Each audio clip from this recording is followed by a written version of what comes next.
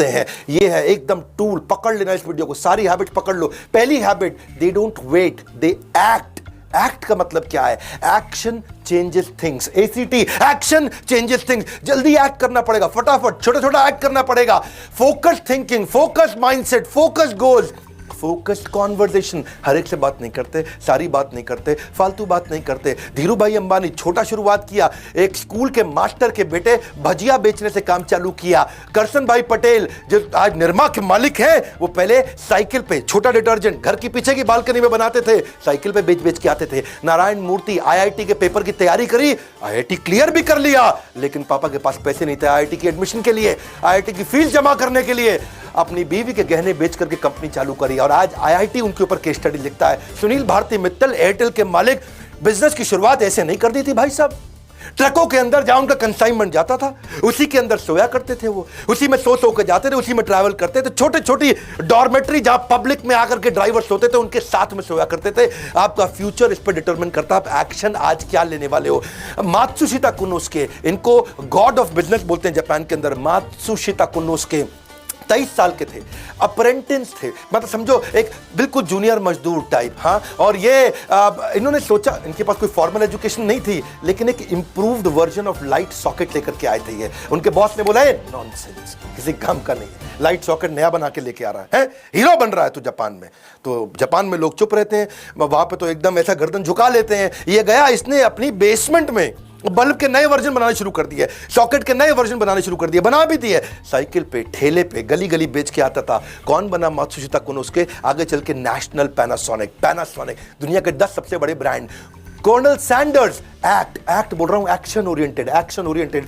छोटी शुरुआत कर दो। कर्नल सैंडर अब 65 साल की उम्र में केएफसी बनाया, लेकिन 1009 बार उसकी रेसिपी को रिजेक्ट किया गया। 65 साल की उम्र में पहली बार बिजनेस शुरू किया, रिटायर नहीं हुए, रीट्राई किया। एक्ट, हाँ, एक्शन ओरिएंटेड, छोटे छोटे एक्शन लो। ये बड़ी पिक्चर माइंड में रखते थे और छोटे एक्शन लेना शुरू कर देते थे। Don't wait for the good luck to happen, ये है बिलियनियर की हैबिट। ये कोई गुड लक का वेट नहीं करते, पन्ना पहनूं कि मोती पहनूं, ये इनहेरेंटली सोल्यूशन ओरिएंटेड होते हैं। ड्रीम बिग, बड़ा सपना, लेकिन क्या? Start small, most of all start. शुरू कर दे, बस छोटे छोटे एक्शन लेना शुरू कर, बड़े विजन छोटे एक्शन। दूसरी हैबिट इन सब में कॉमन मिलती है, वो है लेजर शार्प फोकस। लेजर में बड़ी ताकत है भैया, लेजर कैंसर में छेद कर सकता है, लेजर इतना फोकस्ड होता है। इलॉन मस्क, इसकी एक बचपन की कहानी बताता हूँ।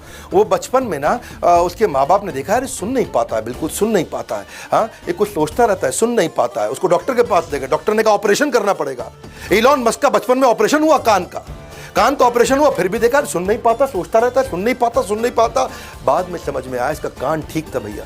लेकिन जब ये कुछ सोच रहा होता है ना, ऐसे फोकस में रहता है, आप आसपास कुछ भी बोल लो, कुछ भी कर लो, उसको समझ में नहीं आएगा, उसको सुनाई नहीं पड़ेगा, ऐसा फोकस। जब मैंने इलॉन मस्क के बारे में पढ़ा, स्वामी विवेकानंद भी ऐसे थे, उनके ऊपर कभी केस स्टडी बनाऊंगा। हाँ, वो गली के बाहर बैठ के पढ़ रहे थे, लैंप शेड के नीचे, पास में से बारात नाचते गाते चली गई, आज मेरे यार की शादी है, और पूरी बारात निकल गई वहां से। किसी ने आकर के पूछा बाद में, भाई साहब यहाँ कोई बारात निकली? उनको पता ही नहीं चला। करे बारात? कौन सी बारात? वो अपना पढ़ रहे थे। इसको बोलते हैं लेजर शार्प फोकस। कान बंद हो जाते हैं, आंखें बंद हो जाती हैं, कुछ नहीं और सुनाई पड़ता, सारी इंद्रियां पूरी फोकस में चली जाती हैं। इलॉन मस्क कहते थे कि मैं कोई ब्रेक नहीं लूंगा बीच में। हाँ, कहते थे नहीं, कहते हैं। पार्किंसन लॉ क्या होता है? ये डेडलाइन ड्रिवन प्रोजेक्ट को काम करने का तरीका है, ये लॉ। इसके बारे में कभी मैं आपको पूरा वीडियो बना के दूंगा। Work expand so as to fill in the time available for its completion. मतलब क्या है? अगर कोई काम करने के लिए आपके पास में 1 महीना है तो वो काम 1 महीने में कंप्लीट होगा। 15 दिन है तो काम उतना ही एक्सपैंड होगा कि 15 दिन में खत्म हो जाता है, और वही काम 7 दिन में भी किया जाता है। यानी कि समय उतना एक्सपैंड हो जाएगा जितना आप उसको बता दोगे एक्सपैंड होने के लिए। पार्किंसन लॉ मतलब डेडलाइन दे देगा तो 1 महीने का काम 1 हफ्ते में भी किया जा सकता है। ये तो इलॉन मस्क इतना भयंकर फोकस, ये फर्स्ट प्रिंसिपल में सोचते हैं, जड़ में जाकर के, हर चीज को जड़ में जाकर के। जूम इन भी करते हैं, जूम आउट भी करते हैं, डिटेल में भी जाते हैं, बड़ा भी देखते हैं, और ये हो गया इनका फोकस। अब आता है टाइम ब्लॉकिंग, ये तीसरी हैबिट। हर चीज को टाइम ब्लॉक कर दो, उसको ब्लॉक कर दो। If you don't control your schedule will control you. Billionaires की हैबिट्स बता रहा हूं, गेम चेंजर है। आज कुछ नोट्स बना लेना, तुम अपनी जिंदगी में क्या उतारने वाला है। हाँ, नॉनसेंस आदमी की तरह टाइम वेस्ट नहीं करना। मैं बता रहा हूं, मार्क जुकरबर्ग सेम कपड़े सारी जिंदगी पहनता आ रहा है, उसके पास टाइम नहीं है बिल्कुल भी। वॉरेन बफे के पास वही सूट, वही डिजाइनर, वही डिजाइन, वॉरेन बफे के ना बेसिकली एक एमसीडी प्रिंसिपल है। कौन सा प्रिंसिपल? एमसीडी। हाँ, दिल्ली का एमसीडी नहीं बता रहा तुमको, अरविंद केजरीवाल वाला। एमसीडी प्रिंसिपल क्या होता है? वो कहता है 3 चीजें बांट लो, MCD, must do, can do, don't do. यानी कि जितने भी काम आएंगे रोज के, मस्ट डू वो आज करूंगा ही करूंगा, कैन डू टाइम बचेगा तो कर लूंगा, डोंट डू ये फालतू काम है किसी और को दे दूंगा, मैं तो नहीं करूंगा। इलॉन मस्क ने स्केड्यूलिंग करनी शुरू कर दी, टाइम ब्लॉकिंग। कहता है 5 मिनट का रूल है, एक मीटिंग 5 मिनट से ज्यादा नहीं करूंगा। और मुझको 5 मिनट से ज्यादा लग रहा तो मेरे जूनियर गधा है क्या, मेरा टाइम कैसे ले रहा है? 5 मिनट लगाऊंगा। इलॉन मस्क बिल्कुल फोकस्ड आदमी, उसका टाइम वेस्ट करोगे वो उसी में गुस्सा आता है, किसी बात पे गुस्सा नहीं आता। 5 मिनट दूंगा हर मीटिंग को, 5-5 मिनट के ब्लॉक बना रखे उसने। टू डू लिस्ट नहीं है, टाइम ब्लॉकिंग है। ये ब्लॉक कर दिया टाइम। टाइम ब्लॉकिंग के बाद फिर एकदम हार्ड हो जाता है, कोई और काम नहीं करने वाले, टाइम ब्लॉक कर दिया। Time is money. आप उन सब को, सारे पीपल को, सारी कॉन्वर्सेशन को जो टाइम वेस्ट करता है अवॉइड करने लग जाते हो, नेटवर्क भी करते हो ग्रोथ ओरिएंटेड लोगों से। टाइम ब्लॉक करने की आदत हो जाती है। फोकस ऑन वन टास्क, उस टास्क को ऐसे करेंगे कि बस उससे अच्छा कुछ नहीं। शिला प्रभुपाद भी बोलते थे, जब मैं पानी पीता हूं तो मैं पानी ही पीता हूं, बस। बड़ी गहरी लाइन थी, हाँ, कि जब पानी पीता हूं तो मैं पानी ही पीता हूं। इसको बोलते हैं फोकस। अभी पानी पी रहे तो और कुछ नहीं कर रहे हैं उस समय। समय अधिक नहीं चाहिए, उसी समय में अधिक चाहिए। जेफ बेज़ोस कहते हैं, क्या बात बोल दिया यार, मजा आ रहा है सुन करके। समय अधिक नहीं चाहिए, उसी समय से अधिक चाहिए, उसी समय में अधिक चाहिए। प्रोडक्टिविटी, टाइम मैनेजमेंट, एफिशिएंसी, ये क्या कंट्रोलेबल मेजर होते हैं भैया। ये तेरे हाथ में तू कंट्रोल कर सकता है, बता रहा हूं मैं तुझको। हाँ, तेरे को बोल रहा हूं, ध्यान से सुन, इसको तू कंट्रोल कर सकता है। कुछ अनकंट्रोलेबल मेजर है, तुम्हारे माता पिता कौन, तू डिसाइड नहीं कर सकता, पर तू करेगा क्या वो तो तू डिसाइड करेगा ना। टाइम एक फंडामेंटल ऐसा कंस्ट्रेंट है, टाइम निकल जाता है भैया, घड़ी घूमती रहेगी, तू रोक नहीं सकता है। समय दिखाई नहीं देता पर बहुत कुछ दिखा देगा आपको।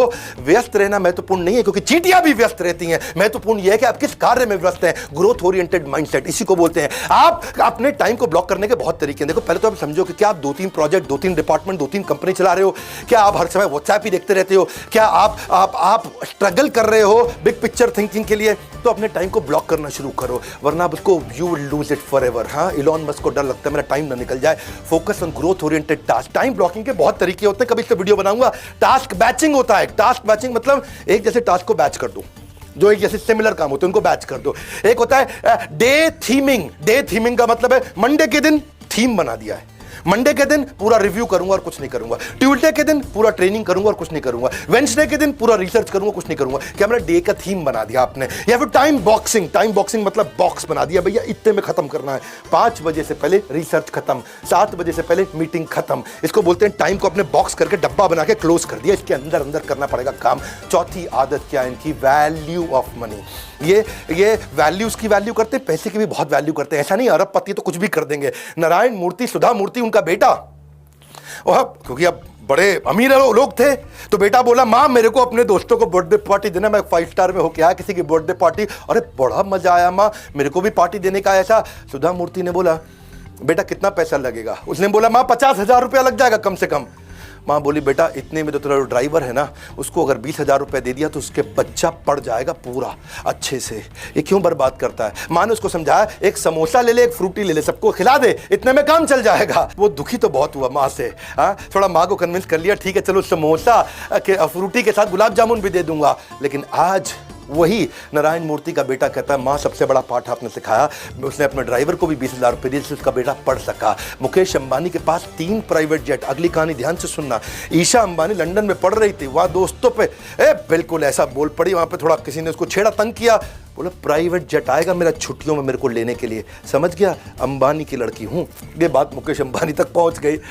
मुकेश को लगा यार बेटी में थोड़ा अहंकार आ रहा है, उसने जेट नहीं भेजा। उसने बोला कि जो तुमको पैसे दिए ना वहाँ जेब खर्ची के, उसी पैसे से पैसा बचा के अपनी टिकट लेके खुद आओगी। और वो पैसा बचाई जब, तो उसके बाद बिजनेस क्लास की टिकट नहीं थी, इकॉनमी का पैसा बड़ी मुश्किल से बचा, खुद लौट के आई। 1 साल तक पिता ने जेट में नहीं बैठने दिया, बोला वैल्यू सिखाएंगे तुम्हारे को। उनका बेटा था, वो भी एक दिन चौकीदार को कुछ गाली दिया, बोला अंबानी का बेटा हूँ। जब मुकेश अंबानी को बात पता चली, उसने चौकीदार को ढूंढा, पता लगाया उसके बारे में, सारे परिवार को इकट्ठा करके चौकीदार को बुलवाया, वहीं माफी मंगवाई उससे। बोले कि हमारे को वैल्यूज सिखानी है ये, और क्या पैसे की भी वैल्यू और वैल्यूज की भी वैल्यू। बिल गेट्स, अगर आप कहीं सर्वे कर लो ना अपने आसपास के ऑफिस में, तो मोस्ट इन्फ्लुएंशियल लोगों में अगर आप पूछो 3 सबसे इन्फ्लुएंशियल लोग कौन है, हर आदमी बिल गेट्स का नाम 3 में से एक जरूर ले लेगा। इतना वेल्दीएस्ट आदमी। फोर्ब्स ने जब लिस्ट निकाली, 23 में से 18 बार वो रिचेस्ट मैन बना था वर्ल्ड का। ठीक है, ऑफ कोर्स आजकल नहीं है, आजकल जेफ भैया आगे आ गए, इलॉन भैया आगे आ गए। तो एक बार जो है ना ये एक सर्वे किया, एक एक्सपेरिमेंट किया कि बिल गेट्स इतना अमीर आदमी है, अगर सड़क पे पैसे गिर जाए उसकी जेब से तो कितना पैसा होगा कि वो झुक के उठाएगा। क्या कितना पैसा होगा कि वो झुक के उठाएगा। तो बिल गेट्स के साथ ये सर्वे किया गया, तो उसने उसकी नेट वर्थ, उसकी पर्सनल एसेट को कैलकुलेट किया, हिसाब किताब लगा के समझे कि अगर $50,000 अगर गिर जाए, यानी कि लगभग 36 लाख रुपए गिरा होगा, तब बिल गेट्स के लिए झुकना किसी मतलब कोई वैल्यूएबल होगा कि भाई मैं झुकूं, झुक करके पैसा उठाऊं, क्योंकि यार मैं झुकने में इतना टाइम लग जाएगा, इससे ज़्यादा पैसा मैं बिना झुके कमा लूंगा, गिरने दे पैसा, जाने दे पैसा। वो तो ये बोले कि $50,000 अगर एक साथ हो तो उठाएगा, थोड़ा फैला हुआ हो तो फिर वो उसको भी नहीं उठाएगा। क्यों? क्योंकि उतना पैसे वाला आदमी, और इतना पैसे वाला आदमी, अब बताता हूँ वो क्या करता है। उसकी बेटी एक बार रेस्टोरेंट गई और वहां जाकर के टिप दे के आई $500 की। बेटी टिप दे के आई $500 की, पिता भी उसी रेस्टोरेंट में गया और वहीं खाना खाया, उसी टेबल पे खा के आया, वो $5 की टिप दे के आया। तो वेटर बोला आपकी बेटी $500 दिया, आप तो सबसे अमीर आदमी दुनिया के, आपने $5 दिया। उसने बड़ा सिंपल तरीके से बोला देख भाई, वो दुनिया के सबसे अमीर अरबपति की बेटी है और मैं एक साधारण स्कूल के मास्टर का बेटा हूं। बिल गेट्स का कहना है कि भाई मैं बहुत ज्यादा पैसे इधर उधर कभी भी खर्च नहीं करता, काफी समय तक जिंदगी भर इकोनॉमी फ्लाइट में ट्रैवल किया, ये पैसे की कीमत को समझते, ये नहीं कि अरबपति तो उड़ा देंगे ऐसा। ये सारे के सारे किंगफिशर एयरलाइंस वाले नहीं होते हैं, माल्या वॉरेन बफे दुनिया के सबसे अमीर आदमियों में, लेकिन आज तक 1956 के $31,000 के पुराने मकान में रहता, खुद ही गाड़ी चलाता है। अवॉइड स्पेंडिंग मनी, सुनो मेरी बात, गोल्डन स्टेटमेंट दे रहा हूं, सुन लो भैया, तुमसे कह रहा हूं, avoid spending money which does not contribute to your success. वहां पैसा कभी मत खर्च करना जो आपकी सक्सेस में कंट्रीब्यूट ना करता हो। अगर आपके गोल को कंट्रीब्यूट करता हो तो पैसा खर्च करना ठीक है। फ्रूगल होने का मतलब, कम पैसा खर्च करने का मतलब ये नहीं कि भिखारी बन जाओ, गरीब बन जाओ, मतलब ये है जहां वैल्यू फॉर मनी हो वहीं पैसा खर्च करे। इनकी 5वीं आदत है रिस्क टेकिंग एबिलिटी। करेज, रिस्क, ये रिस्क लेता है। हर बिलियनियर ने जिंदगी में बहुत रिस्क लिए हैं, करेज होता है इनके अंदर। पर ध्यान देना, करेज बोल रहा हूं, कर्ज नहीं बोल रहा हूं। कर्ज क्या होता है? लोन। रिस्क का मतलब ये नहीं कि लोन पे लोन लिए जाओ, कैलकुलेटेड रिस्क होता है, फार साइटेड होते हैं, दूर तक देखते हैं, सक्सेस को विजुअलाइज कर पाते हैं। वॉल्ट डिज्नी ने, उसका मिक्की माउस डोनाल्ड डक बढ़िया चल रहा था, वॉल्ट डिज्नी का नाम सुना आपने? अच्छा चल रहा था भैया, लेकिन उसने क्या सोचा कि मैं यार एक नया करता हूं, ये स्नो वाइट एंड 7 ड्वार्फ, ऐसा करके उसने सोचा कि मैं एक नया कार्टून बनाता हूं। ऐसा Technicolor fully animated feature length film उस समय में पहले कभी नहीं बनाई गई थी। सबने बोला अरे तेरा मिक्की माउस ठीक चल रहा है, तेरा डोनाल्ड डक ठीक चल रहा है, काहे पंगा लिए जा रहा है, बस कर बैठ जाए पे आराम से। वो लगाओ अपने मेहनत करने में, पैसे कम पड़ गए उसको, सिचुएशन खराब। और जो है डिज्नी लेकिन लगा रहा, वॉल्ट डिज्नी लगा रहा, भैया बना दूंगा, दुनिया भर में ट्रैवल करके आया, पैसे मांगे लोगों से, कोई उसको पैसा भी नहीं दे रहा, हालत भी खराब हो गई उसकी बीवी ने, उसके भाई ने मना किया, अरे बस कर बैठ जा, तेरा मिक्की माउस तो ठीक चल रहा है, बैठ आराम से। वो माना नहीं, बहुत मेहनत किया, जब पैसा कहीं नहीं मिला तो मकान उसने अपना गिरवी रखा, तब जाकर के पैसा लेके आया और उसको इतनी बड़ी सफलता मिली कि उसने $1.5 मिलियन लगाया और $8 मिलियन का उसको रिटर्न मिला। बहुत भयंकर रेवेन्यू मिला, पैसा बहुत लगा लेकिन रेवेन्यू मिला। रिलीज करते रहे मूवी, इतनी पॉपुलर होती चली गई मूवी। धीरू भाई अंबानी, जो कि जब बंबई पहुंचे थे ना, तो अपने पड़ोसी मास्टर जी को बोला कि भाई चिट्ठी लिख के दे दो, तुम्हारा बेटा चौल में रहता है, झोपड़ी के अंदर मुंबई की, मेरे को भी उस चौल के अंदर उसको बोलो चिट्ठी लिख के दे दो कि मुझे रहने के लिए जगह दे दे। उस चौल के अंदर जाकर के अपने पड़ोसी मास्टर के बेटे के घर के अंदर जाकर के रहते थे। धीरू भाई अंबानी ने जब टेक्सटाइल की मिल चालू करनी थी ना उन्होंने, तो लोगों ने बोला कि भाई, अब बिजनेसमैन बन रहे थे, वो बन चुके थे, लोगों ने बोला सेकेंड हैंड ले ले, पुरानी ले ले, उसको ठीक कर लियो ना, बोले करूंगा तो नंबर 1 काम करूंगा। रिस्क लिया और आज पूरी दुनिया जानती है। वो क्या कहते थे, मैं बेस्ट करता हूं, सबसे एडवांस टेक्नोलॉजी के साथ काम करता हूं। इलॉन मस्क, उसने भी कई रिस्क लिए। इलॉन मस्क तो रिस्क का राजा है जी, उससे ज्यादा रिस्क कौन लिया? जब स्पेसएक्स की बात किया कि मैं जाऊंगा अंतरिक्ष के अंदर, नील आर्मस्ट्रॉन्ग जो सबसे पहले गए थे चांद पे, जिसकी बात हमेशा की जाती है, नील आर्मस्ट्रॉन्ग आज तक इसका मजाक उड़ाता रहा, आज तक इसकी निंदा करी उसने, ये बेकार है, नहीं कर पाएगा, क्योंकि वो कहता था कि कमर्शियल स्पेस फ्लाइट जो वो डेवलप कर रहा है वो हमेशा उसके अगेंस्ट है नील आर्मस्ट्रॉन्ग। इनका कई लोगों ने मनोबल तोड़ा लेकिन फिर भी इन्होंने रिस्क लिया। और वो तो बोलते थे कि नील आर्मस्ट्रॉन्ग आप तो मेरे गुरु हैं, आकर के देखोगे ना कि मेहनत कितनी कर रहे हैं कि आप भी कन्विंस हो जाओगे। 2008 के दौरान ना इनके पास केवल $40 मिलियन बचे थे और दो सबसे ज़्यादा डिफिकल्ट प्रोजेक्ट थे इनके, एक था स्पेसएक्स, एक था टेस्ला। दोनों बहुत रिस्की थे और केवल $40 मिलियन बचे थे। अब इनके पास बिल्कुल क्लियर था कि एक में $40 मिलियन डालूंगा, दूसरी कंपनी मर जाएगी, बर्बाद हो जाएगी, या दोनों में डिवाइड करके डालूंगा तो दोनों मर जाएंगे, बर्बाद हो जाएंगी। तो एक में डालूं, एक चल जाएगी, दूसरी खत्म होगी, दोनों में 20-20 डाल दूंगा तो दोनों खत्म हो जाएंगी, क्योंकि इतने कम पैसे में कंपनी उठती नहीं। लेकिन उसने दोनों में डाला और दोनों कंपनी उठाई। रिस्क है, करेज है, कर्ज नहीं है, इसको समझना ध्यान से। छठी इनकी आदत, ये डिसिप्लिन रहता है इनका हेल्थ और फिटनेस के। ये कहते हैं कि फिजिकल और मेंटल फिटनेस ऐसी होनी चाहिए, एनर्जी होनी चाहिए। हाँ, आप मेरे में भी देखते हैं ना, भयंकर एनर्जी के साथ काम करता हूं जीवन भर। फिटनेस ना एक रिश्ते की तरह है, उस रिश्ते के साथ चीटिंग करोगे ना तो रिश्ता लंबा कभी चलेगा नहीं। जेफ बेजोस रोज 1 घंटा वर्कआउट करते हैं अपने ट्रेनर के